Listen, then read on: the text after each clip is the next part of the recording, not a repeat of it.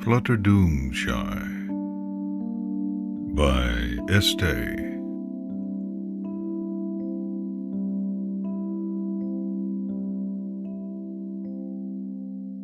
Ask politely until it is done.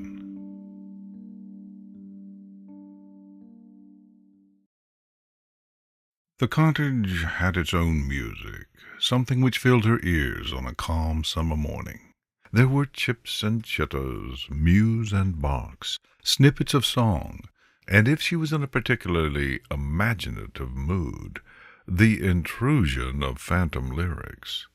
On this particular morning she was also picking up a few soft hisses, all of which had been preceded by a round of oversized back paws thumping against the wood floor. Because it was a quiet morning, one of the very few, the early feedings were finished. There were no sick animals to tend. Not a single emergency was being hosted by the cottage. It all gave Fluttershy a chance to simply bask in the sunlight, which streamed into her sitting room, doing nothing more than meditating on the flight of dust particles as they sparkled their way through the warm beams. It was peaceful.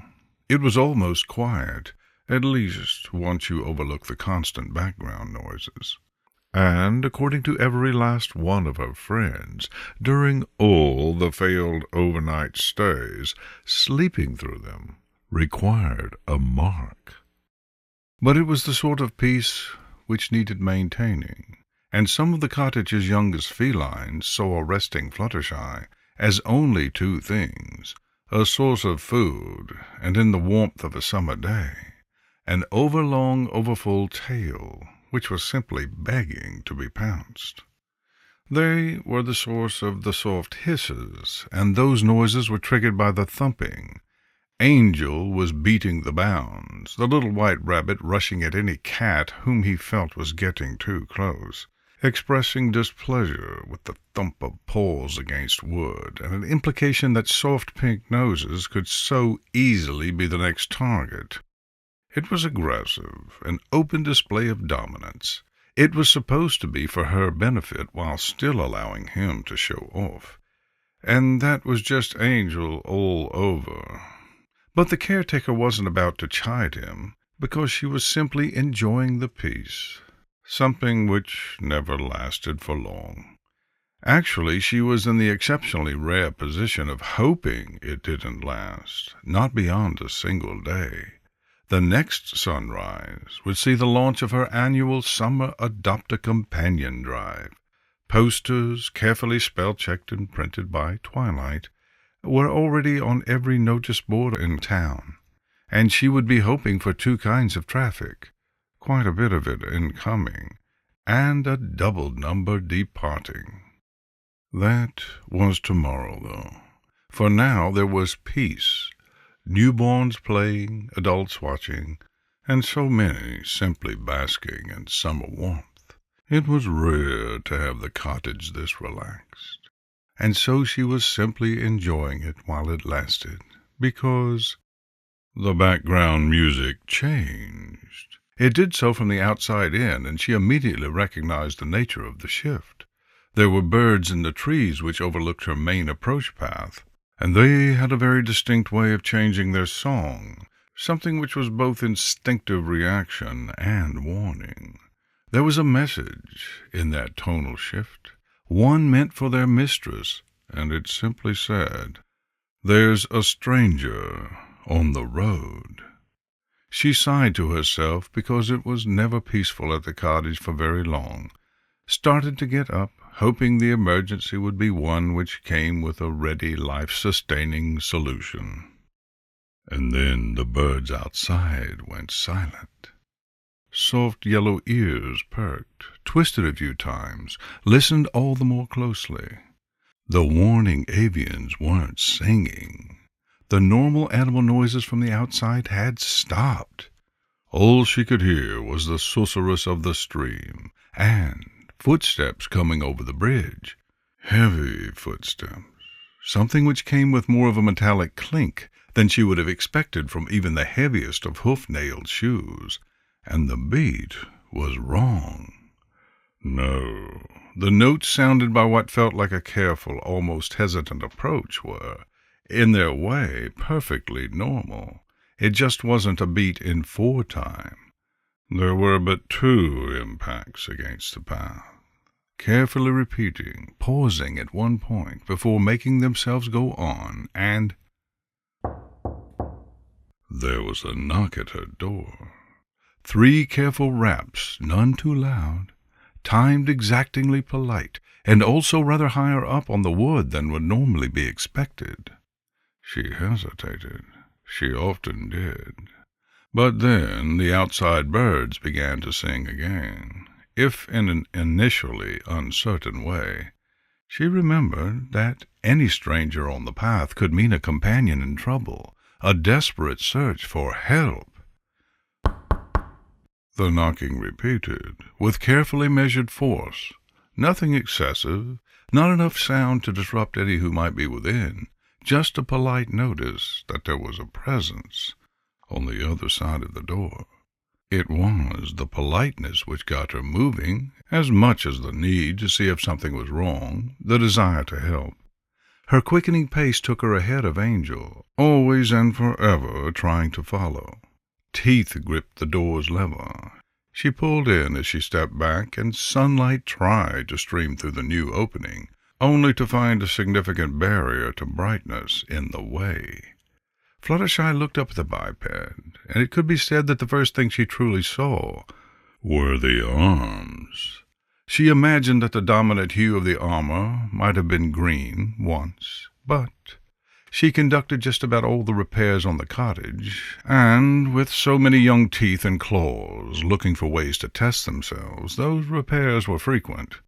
She knew what patch jobs looked like, trying to maintain some form of integrity with bonding agents and desperation. There were bits of embedded color at the bottom of some terrifyingly deep gouges, but that was just about it. The biped was extremely tall, not so much as Iron Will, and the lack of horns emerging from the helmet suggested a further subtraction of mass, but its body felt much more balanced, legs in better proportion to the torso, muscular development considerably more even. However, it would still need to duck a little to get inside, and she didn't know how it felt about that. She couldn't be sure how it felt about anything, because she couldn't see its face. The front of the helmet was amber, tinged with blue, much less scratched than anything else, but nowhere near truly transparent, and even if it had been, this was a species she'd never seen before. Facial features she didn't know how to read. Still, there were forms of posture which translated. The slight hanging of the head, more than what was just necessary for looking down at her, when she was craning her neck up, a little shuffling of weight from foot to armored foot, arms straight down, hands open with fingers limp. It all suggested a fundamental unspeakable level of awkwardness, something merged with desperation, and in the set of the shoulders, fervent hope. But it was the arms which caught her attention. The armor wasn't complete, failed patches, or perhaps even by some strange design. Portions of the arms were exposed, and she was a healer. She'd seen some zebra potions at work, things which forced the body to repair itself at a rate faster than usual, when the time needed to wait for normal healing was more than what the patient had left. It did strange things to the scars, and that was what she saw in the exposed flesh. Rents which had been slashed open, burns which had heated muscle to the point of snapping, and then been forced to heal far too quickly, so that there were rivers of scar tissue winding across the skin. And then those scars had been attacked, and there had been healing again. New scars, the patterns overlapped and twisted within each other, layered until you could barely find a single cell which had never been seared. The biped's arms, more than anything, told her that the being's life was pain, and the time spent at the cottage door was but a brief interlude before the agony resumed. And it was alone, no companion, and that was the most common reason for a stranger to be on the road. She said, because that usually brought her time to think of something else. It seemed to be looking at her. No, it was looking at her, because there were times when its movements brought the faceplate into better alignment with the sunlight, made portions of it just clear enough. She could see its eyes, smaller than she was used to, oddly piercing, and longing. It looked at her, past her, into the depths of the cottage, back to her again. She was trying to find words, if suitable words existed at all, but there had been something on her mind before she'd heard the alarm, and so that was what slipped out. Are you here to adopt a companion? Hesitantly, the biped nodded, which was when Angel got past her. The little white rabbit put himself between her and the biped in a second, back legs already starting to thump a furious warning beat against the path, daring the biped to make a move against his mistress, running a bluff he couldn't possibly execute, not even if he managed to somehow get his teeth into the rivers of scars. He was trying to make himself look as big as possible, his fur puffed out, and his forelegs reared up, as dark eyes tried to glare through the faceplate. Everything changed. Perhaps only the two of them would have known it, looking at him. The widening of those eyes, as all the white fur seemed to slam flat against the small body. The shaking of tiny muscles, a twitching in tail and nose. He made a sound, something caught between a cluck, sigh, and a purr. It was a noise born from recognition, from longing, and he reared up on his back legs as much as he could, brought forepaws to rest against the armor as dark eyes stared up and pleaded. She'd never seen Angel plead in her life for anything other than food or a moment of... The biped knelt, slowly and carefully, shifting its center of balance so as not to disturb the one who was braced against its left leg. Shaking hands reached forward. There was a way to hold a rabbit if you were a biped. She'd had to instruct a few. You had one hand supporting its hindquarters and back legs at all times. The lapping was cradled vertically against the chest so that forepaws had a firm surface to rest on. One hand could slowly, gently stroke the fur, always with the grain, but you didn't go near the ears immediately, not until they were just about lying flat. It was telling a prey species that you weren't a threat. Everything was all right, and you would do everything required to protect it. They were safe. You promised that on your life. It wasn't a natural posture for a biped to adopt. She'd spent hours making sure some new partners knew how to hold their companions, and this one did it on instinct. Every movement ideal, with Angel, her Angel, hers, supported perfectly. No one could do that without thought, unless they'd loved rabbits all their life. She could see the biped's eyes again, behind the faceplate. They were almost moist. He can't know you, she whispered. He's been with me since he was a baby. He can't. The biped shook his head, cradled the warm bundle of love with its head lowered, and stroked white fur, as if that was the only thing it ever wanted to do. And Angel, defensive and angry, and sworn foe to all who would seek her attention, was snuggling. But he does. She had to recognize it. She just didn't understand. How? There wouldn't have been any chance.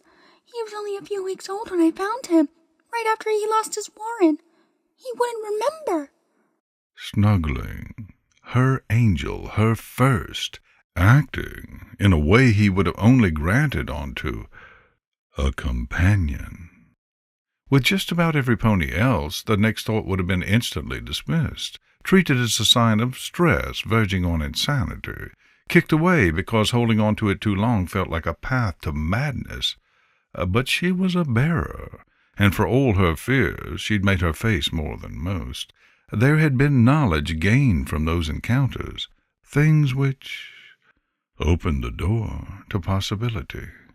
She didn't want to believe it, and that unwillingness to accept the only real option didn't make it any less true. He knows you. He knew you before he was born. Born this time. He was your companion before. The biped nodded. Wide shoulders shook, and she watched as guilt seemed to compress the large form from without and within, centering it around the warm white bundle of life. Softly, I think you better come inside. another nod. She moved back, and the biped ducked. They were sitting on the cottage floor together, the biped and the Pegasus, facing each other from about 2 body lengths apart.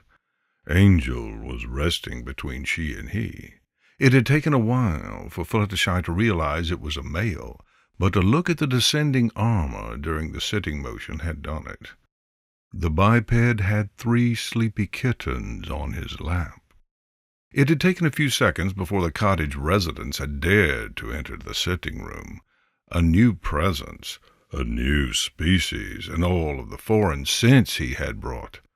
The biped smelled of sweat and dried blood, with hints of sulfur and the ionization which came after a thunderstorm.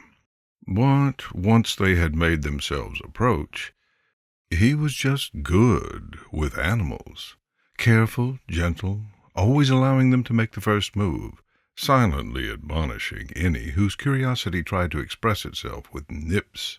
The only odd thing he did was glare at anything which approached within a certain radius of Angel, at least if the other animal was larger. Fluttershy put that down to his not knowing how the cottage worked. There were times when Angel looked up at him, and the dark eyes were heavy with mist. How did you find him? The biped paused in the middle of a fur stroke. The irritated kitten yawned with discontent. A large hand reached down to the right side of its waist, touched a pattern of scratches. There was something in his hand, and she noticed a few of the scratches in the contacted area were gone. A flat, glassy disc on the top of a rod, both mostly brass, but they were heavily stained, and she couldn't tell what had produced the distortions. And there was something about the curves which made it hard to look at, as if they were trying to phase away from her sight. It would have been easier to look at the grip, except for where he'd taped some brown fur to the base. He held it out towards Angel, rotated the whole thing in his palm so that the flat side of the disc faced the rabbit, made a dramatic gesture. Nothing happened. The biped glared at the disc, shook it a few times. Nothing continued to happen, only with somewhat more smugness than before. He raised his left hand, palm forward and up, quickly shifted the thumb to point toward the cottage's still open door, carefully displaced protesting kittens, got up in a single smooth motion, and strode outside, out of sight. Fluttershy waited because she'd understood the gesture. Back in a minute. Looked at Angel, who was hers. There was a screech. At first, she thought it was something like that of a vulture. Then her quivering ears notified her brain about the unnatural harmonics, the sudden drop at the very end, as all hopes for future sounds were terminated, along with their own desperate desire to never hear anything like that again. The biped strode back in, with an increased scent of sulfur accompanying him. The thin, gray-green limb, with its mottled, almost molting, ragged skin and claws, where fingers should have been, was being carried over his left shoulder. The recent dismemberment allowed it to swing more or less freely. Fluttershy swallowed. The biped sat down again. The disc and rod came out. and the bone stub of the removed unnatural arm was jammed into the disc. The joint melted into red fire, and near electric sparks sunk into the glassy surface. Bright green lines appeared, and by the time the elbow had vanished, they were forming a grid pattern. Claws powered a small white spark into existence, and then the biped proudly held out the rod as the strange fire danced around it, forming something much less than a halo. She tried not to pull back, because she had to see.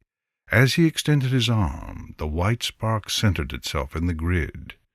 There was another glow in the room.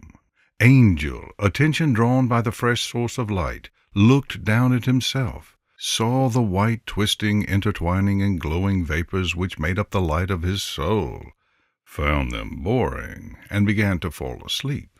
The biped brought the rod back, wiping off the other, now empty, hand on the armor, touched the device to his waist again, and the scratches multiplied. It was, to Fluttershy, final proof of a legitimate claim. He really was your companion, She reluctantly admitted, and he nodded, but then flipped his right hand over. Oh? I don't quite see what you mean. You were his... Oh, her. Angel's previous life was a doe. He nodded, but there was still a problem. Angel had been companion to both. He loved the biped. Fluttershy could see that. But there was only one of him, and in this life he was hers. So, how can we settle this? I know you came all this way, but... Her wings spread, dipped. He's been with me for years. I'm not just going to give him up.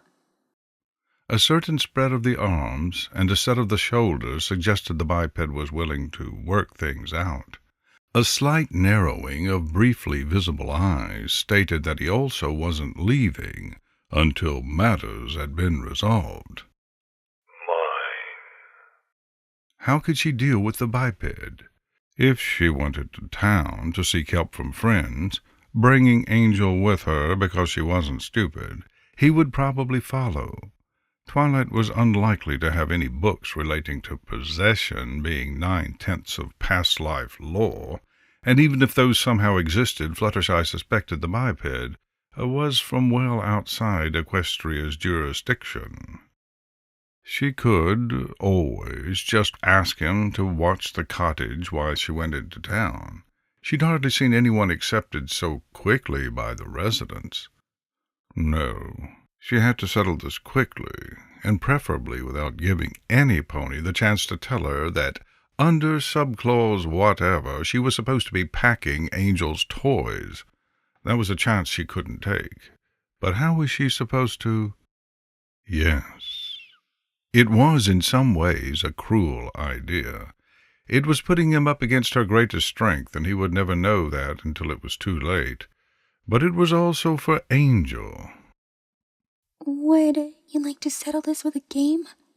The light of competition rose in the biped's eyes.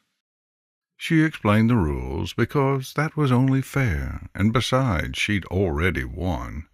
He started to help her set up the impromptu arena, and as she cleared her side of the sitting room, she made sure to nuzzle Angel, almost completely hiding his body under maneful.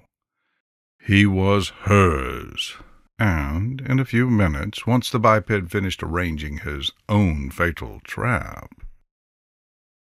There were no animals in the room now. A few had tried to watch from the many cubbyholes and shelves which almost littered the area, but they had been made to move. There could be no potential interference with the game. 2 sapients were in the sitting room, each nesting on the floor, looking at each other, and that was it. There were no animals. Sunlight came in through the windows, made the dust dance. The dust was just the only thing moving. Ribs barely shifted on equine and biped. It was hard to tell if the biped was even blinking behind the faceplate, And as for the mare, she could hold on a visual target for a very long time. There was no true stare, for that was not part of this game, but she made sure to keep looking at him, through that one exposed eye. He was presumably looking at her, and she regularly checked the minimal movements of his chest to make sure he hadn't fallen asleep. His arms failed to shift. Her tail didn't twitch. The rays of sunlight visibly changed angles as the atmosphere grew more intense, then threatened to solidify. After some time, the biped's right hand moved, fingers bending into a prearranged signal. She nodded. He got up, silently strode past her. It only took him a moment to find the kitchen. About a minute later, he was kneeling down in front of her. She looked at the clear, cold contents of the lowered mug, then watched as he repeatedly tapped his fingers against the sides. Several dislodged air bubbles floated to the top and burst, because the biped played fair. He straightened, returned to his first position, and sat again.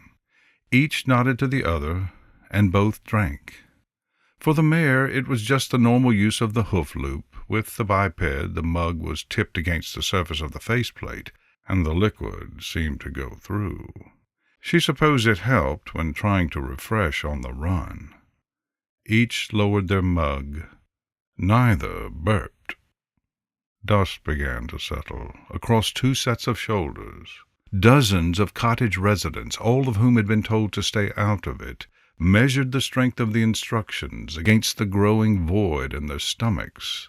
Finally, the mare's wings flared out, curled slightly, another prearranged signal. The biped tilted his head slightly to the right in curiosity, then nodded. This won't work, was the first thing Fluttershy used the timeout to reluctantly admit. We're both too good at shh. The biped solemnly nodded. And it's about time for some of the afternoon feedings anyway. We would have been interrupted soon, or they would have made themselves sick trying not to. So we have to find another way. Another nod. He got up, began to stretch. The armor near his left shoulder creaked, and he spent a few seconds adding lubricant. I thought I would win within 10 minutes. He looked like he was ready to sit there forever. With purely internal irritation. That armor probably even had some kind of urinal built in. But what else can we do? Fluttershy asked the world. There's only one of him.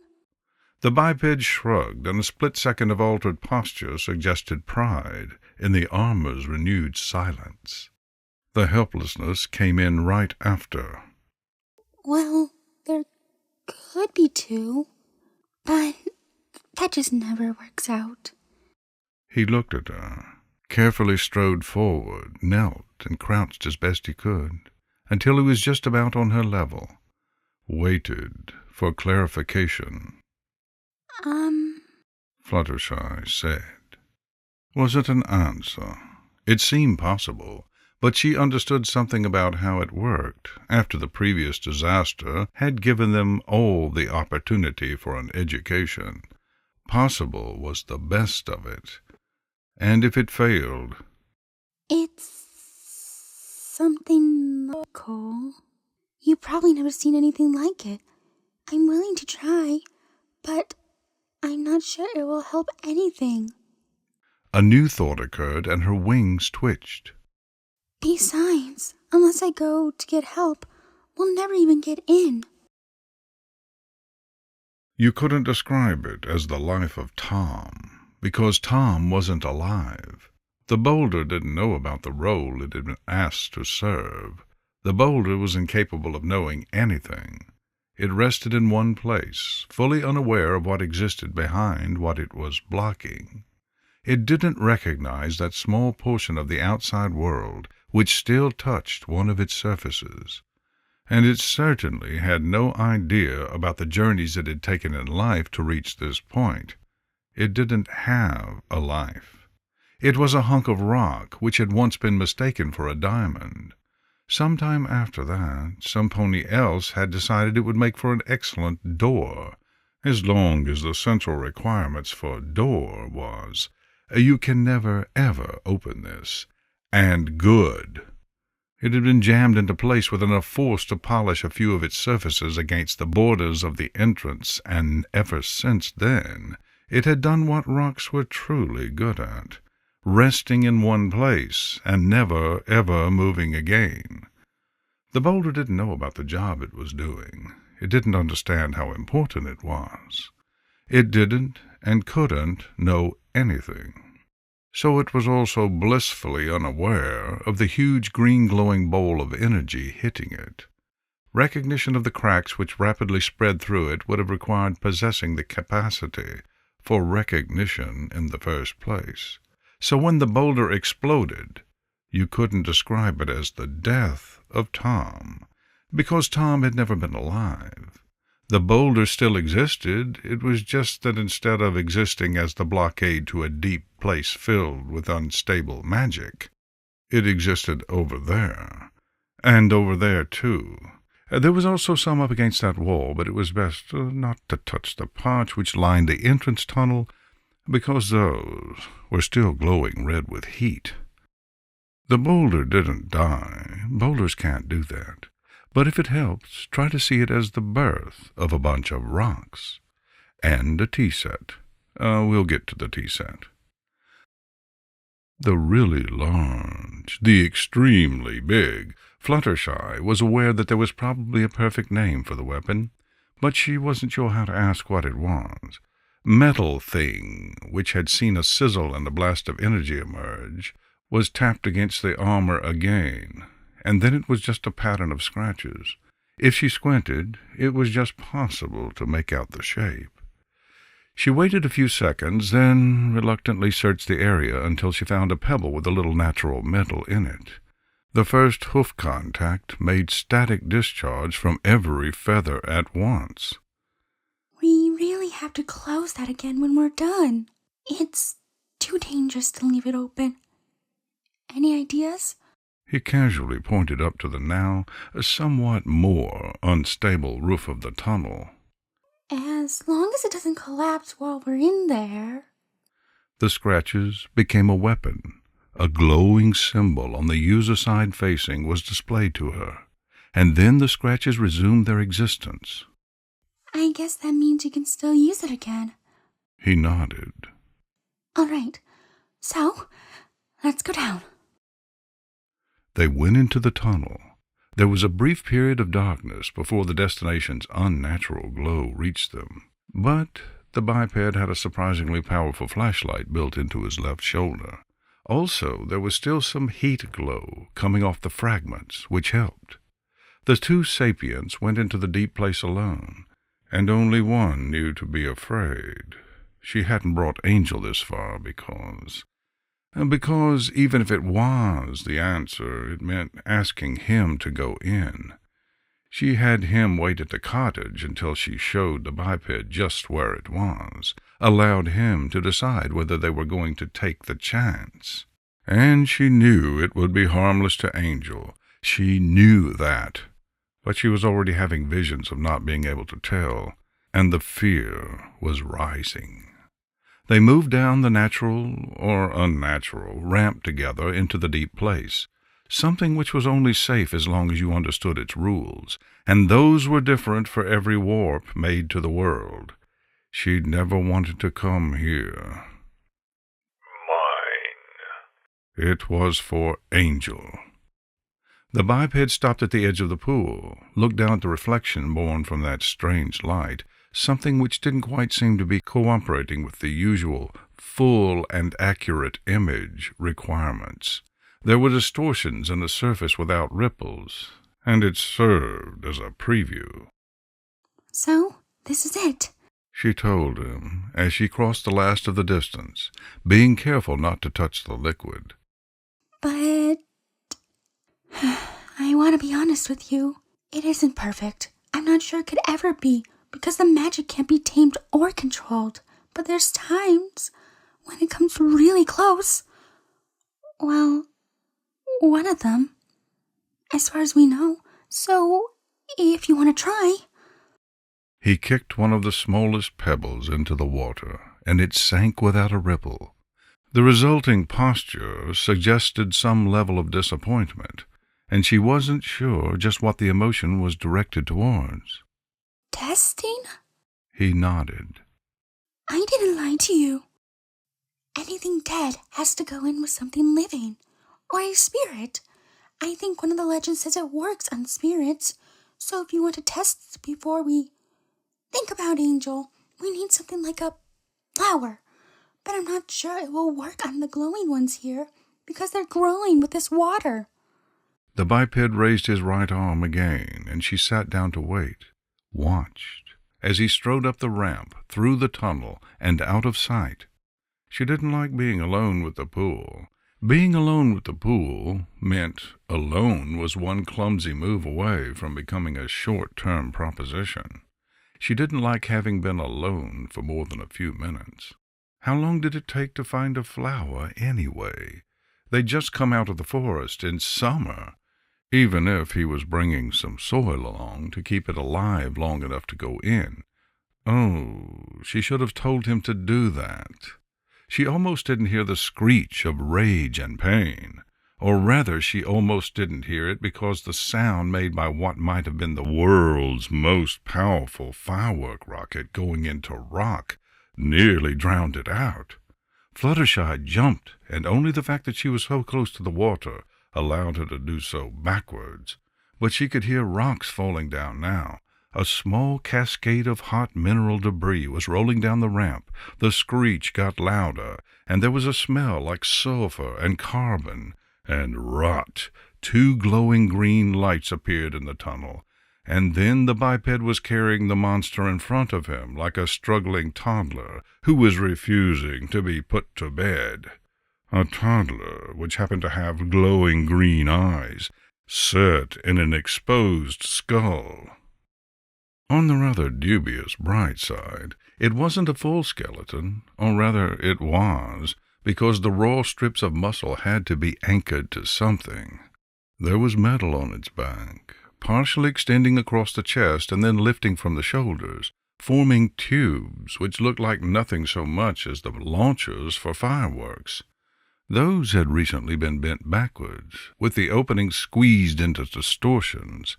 Little helpless spurts of flame emerged from the metal above the bottom of the spine, which was perfectly easy to spot, because she could also see its spine, and the biped just marched with the monster in front of him, relentlessly moving forward as it screeched in a way which made the glowing plants dim, as it cried out in rage and hate for all which existed, twisting metal and flailing limbs, longing to end every fraction of life it saw, just so everything else could share its pain. She pulled back. She tucked herself into a curl because she didn't want to see it any more. It was more than just wishing for it to go away. It was hoping, pleading with the world to make it so that the monster had never been. An armored hand gently scratched the base of her ears. There was a splash. Slowly, Fluttershy uncurled, forced herself to stand on the biped's left, looking at the still surface of the mirror pool. It's not coming out, she eventually observed. Maybe Pinky used up all the magic? Or it just doesn't work on. The warped metal tube erupted from the water, lashed out towards the biped's feet. His body dropped. A big hand grabbed the protrusion, lifted the monster from the water with one arm, and threw it into a wall. It hit, dropped, slid down as flames spurted from every crack in the metal, tried to get up, and he closed in. Oh. Fluttershy eventually said. He nodded.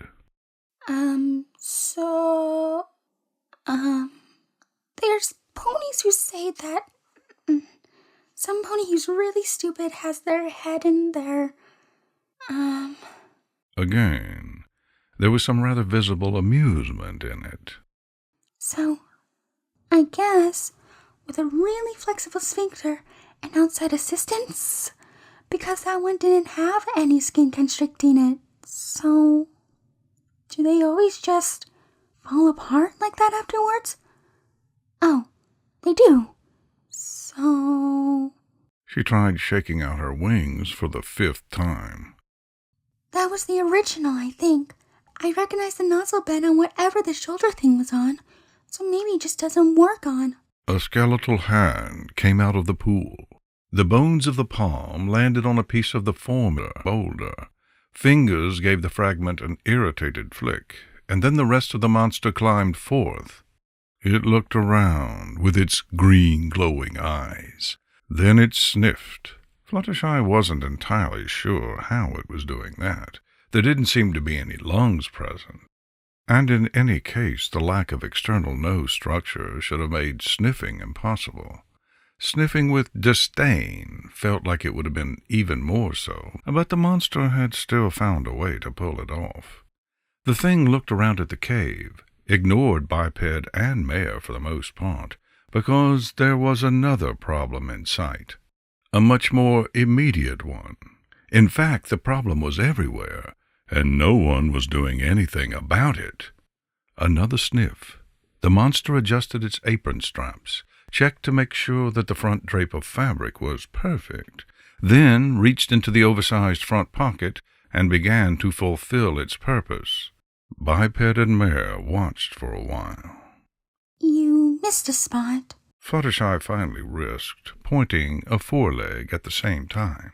The monster gratefully nodded, then swept the overlooked fragment of boulder into the dustpan.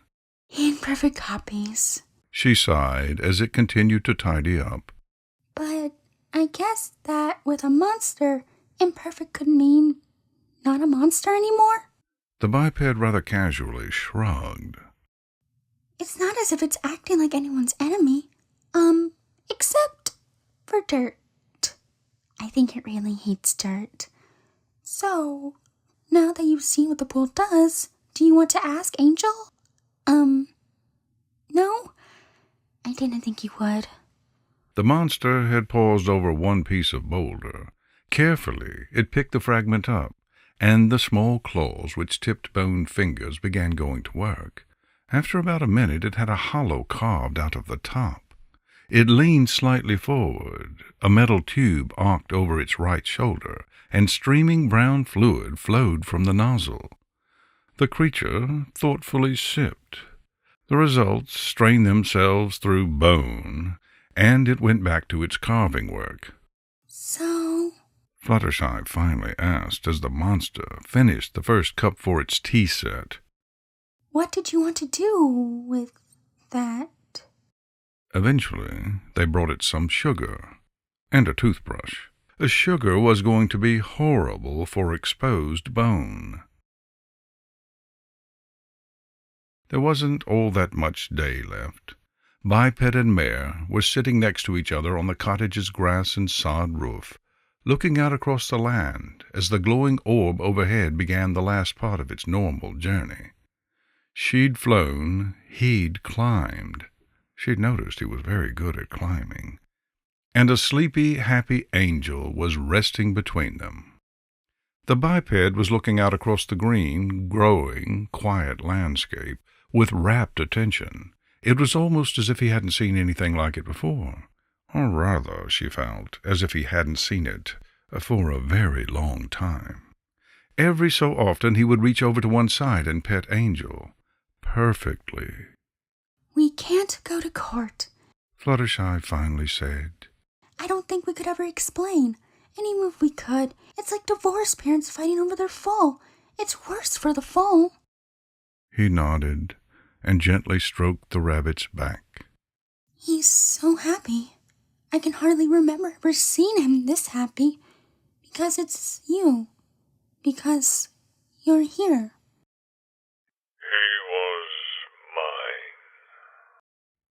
And just before her waking mind fully processed the presence of the past tense, the biped shook his head, pointed at her, and she understood. Because it's both of us. Because It's like that foal getting both parents back. You can't stay? You could always visit whenever you wanted. I wouldn't mind. You're good for him. So if you just moved here... Large shoulders slumped, and he shook his head again, stared up at the sky. What do you have to do out there? Hands immediately broke a phantom monster's neck. Oh. And they sat for a while.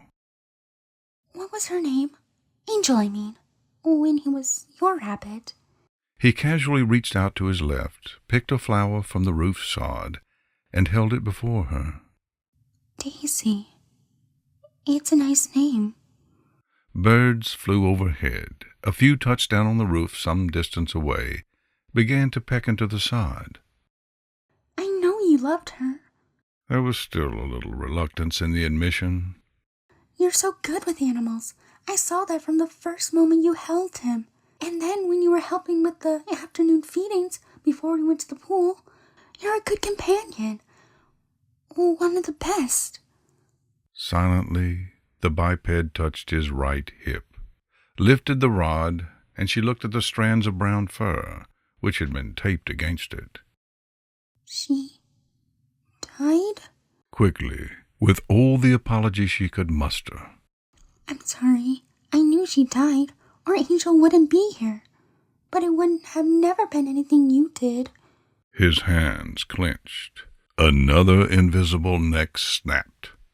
The monsters? She just barely breathed. And he nodded. They're still out there. You're killing the monsters who killed her. His breathing became deep, slow. His head slumped forward, and the faceplate just barely allowed her to watch his eyes close. I'm sorry. And she knew it wasn't enough. They were quiet for a while. It was a sort of silence which ignored other sounds, such as the fight which was starting in the middle of the sod. Biped and mare didn't pick up on it, both lost in thought and regret. But the rabbit looked up, thumped against the roof, and, when the sod didn't give him the sound he wanted, head-butted his mistress. She looked up, then around, and spotted the quarreling birds, neither of which was willing to give up the most vital seeds. They were squawking at each other, something which came with little lunges. It was seconds away from going to pecks. The shadow fell over them. Stop that! Both avians instantly looked up, saw the single wide staring blue-green eye, and responded in the only way they could. Fluttershy watched for a few seconds, making sure they were continuing to fly in fully opposite directions, trotted back to where she'd been sitting. Sorry, that happens. He was looking at her, just looking, and a shift of sunlight allowed her a glimpse of the widened eyes. Shifted to Angel, who was standing rather smugly near her left forehoof. Back to Fluttershy. Oh, that's part of his job. Really, he lets me know when something happened if I get too lost in my own head. With a little smile. He's even helped me become more aggressive, I think. By example, just a little, when I really need to be. The armored hands came up, covered the faceplate as shoulders began to shake, and once again, standing in the presence of pain and agony which her mark had told her to confront over and over again as companions passed on. She understood. She taught you how to be gentle. He nodded, and then he stood up. The biped looked down at Fluttershy from that towering height, focused on Angel, and his entire body shook. He turned, began to walk away. She followed. So did Angel, and she'd expected that. But for herself, she wasn't sure why. She knew what the departure meant, that he was relinquishing his claim, that Angel was hers. All she understood was that he was hurting, and in the face of such pain. But you still need that. I don't want to give him up, but maybe you're still fighting. But there has to be part of you which is just like it was before, or you wouldn't have come at the core of your heart and your soul. He spun, faced her, and big hands began to jab at scratches, which were just another kind of scar, one after the other. Metal fell to the roof, over and over, until the pile of weapons matched her height. She stared at them, the dents, the stains, the blood, and knew that nearly all of it had been his. That's who you have to be now. But you stop sometimes, don't you? Go home, sleep, rest, or you wouldn't be able to keep going, because no one can do it forever unless they have a chance to stop. He looked down at her, a statue of flesh and pain, and then he nodded. Maybe you don't have to fight forever. And when you come home, you should have someone waiting for you. No, don't leave! Her wings flared, and she had so little speed in the air, but she was upset, and that always seemed to make her a little faster, quick enough to get in front of him just before he finished turning, maintaining the hover. I know what you're thinking, because it's the same thing everyone thinks when they lose a companion, that it was your fault. I feel like that over and over whenever a treatment doesn't work, whenever I'm not in time. It's that, isn't it? Just that. His arms began to spread, a gesture of helplessness. But you didn't know the monsters were out there, did you? There's no way to protect when you don't know. You know now. You know how to fight. You have all those weapons, and you still know how to be gentle. You're fighting because you loved her, because you'll always love her, and fighting is one more way to mourn, but you can't mourn for the rest of your life, and... Angel was there now, because a rabbit had his own way of approaching through grass in silence. The white body reared up, planted forepaws on the armored leg, and, as they both looked down, dark eyes pleaded. There it is, right there. She loved you as much as you loved her. He loves you still, loves you after death and life again. His hands came up again, covered the faceplate for the last time. Pain radiated from every kind of scar, the agony of failure. She nuzzled him, in the only place he could feel it, where the flesh was so twisted. You only get that kind of love, she told him, snout pressed tightly against scars. If you give it, you have so much love, someone needs to feel it, and she would have never wanted you to mourn forever. He was silent for a while, under a slow-dipping sun, and then she felt him rub the base of her ears. In a way, she considered the summer program to already have been a success. The first pet had already been adopted. The bunny was tiny in his arms now. The fur was being gently stroked, calming the young kit, and he was holding her perfectly. But it wouldn't be long before she would be a lot bigger. She'd matched him with a Prince Giant, one of the most gentle rabbit breeds ever known. But they were also the single largest Lapine species. Adults could be larger than many dogs, and Winona had once discovered that the hard way. The Border Collie was still confused. That size allowed them to deliver devastating kicks at need, and she thought it was best to also match him with strength. She watched him slowly walking away, moving a little more freely now, and just before he went over the bridge, stepping into the hues of sunset, he carefully knelt down and plucked something from the grass. Even from the doorway she'd recognized it, a sign of luck for some cultures, but not a snack for the road, because you couldn't hold a rabbit like that unless you'd loved them for a lifetime, and that meant you'd know it had a chance to give her gas. and in fact all he did was carefully tuck it against her black fur. The granting of a name. She wished him luck, because he deserved that. She hoped to see him again. Divorced parents needed to meet every so often, if only for the sake of the foal, and they'd certainly parted on good terms. But when it came to the future of his new companion... He crossed the bridge, walking through the natural course of sunset, then veering off towards the mirror pool, because a tunnel had to be sealed, and a newborn servant required a proper home to look after. She watched him go, and she wished him luck. But when it came to luck for his companion, being loved by that biped was all the good fortune the bunny would ever need. Clover was going to be all right, and she knew that one day, when the fighting finally ended, so would he.